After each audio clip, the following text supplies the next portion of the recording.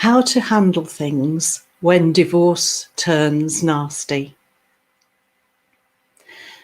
Now, some people do recognise that as soon as the divorce procedure is starting, that they know from their own experience in the relationship that it's going to be an unpleasant experience and potentially a battle, a damaging battle.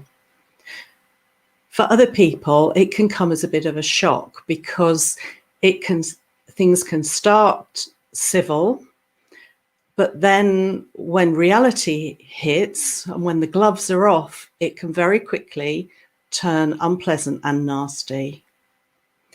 And this shock can really trigger us into feeling out of control, unstable, fear for the future, and all the negative stuff. So if that's what's happening for you, if your divorce is turning nasty, then what I would say is this is the time to really hold on to your own self-worth and your sense of self.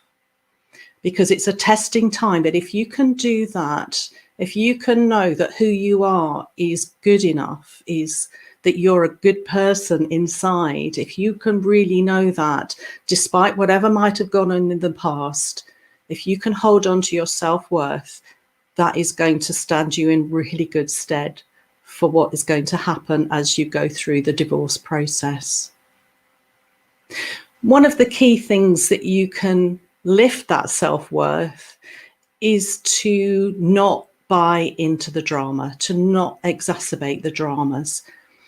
Because when you react in the moment, when you react from that place of those negative feelings, what it does is it not only escalates the situation, but it also closes down your options. So what I would suggest is practice being able to pause, breathe, allow yourself a bit of time to ponder what it is that you really want from this situation. And if it's a really difficult one, or you feel it's difficult, doesn't matter how big it or small it is, but if it feels difficult to respond, then take time out. Phrases like, I'll get back to you on that. You can do that. You don't have to respond straight away. You don't have to buy into the drama, and you're going to feel much better if you don't. It can take a lot of self-control. So if you feel you need to vent, then vent elsewhere. If you've got friends or family that you can, or if you've got legal or emotional, psychological therapy support, those are the places to vent away from the situation, because then you can take time out, you can get an objective opinion or some objective feedback, and then you can respond. If you can practice doing that, if you can put that into action, what you're going to feel so much better in yourself, because you're going to be back in control. Actually, instead of feeling out of control with all the negative stuff, you're going to feel back in control.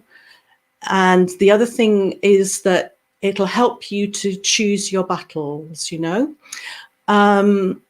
You'll be able to see, because if you can focus on the bigger picture, that's what's going to get you through this with your head held high. So maybe have a think about where you would like to be in a year's time or in 5 years' time. What is it you want your life to look like? Are you going to make changes? Are you going to make career changes, or whatever else might be happening?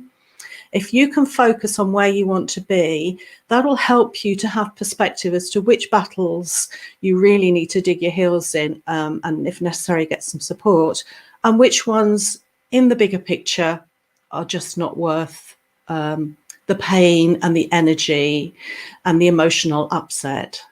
And it'll help you get proportion, because that's what can be really hard when you're in the middle of a situation that is unpleasant and overwhelming, is getting that sense of proportion.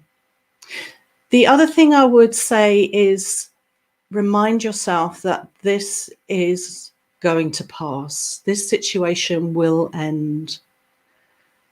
And if you can do that, if you can look at your bigger goal, then again, that's going to give you some relief, some perspectives, a way of pulling back from the immediacy of the pain of what's happening.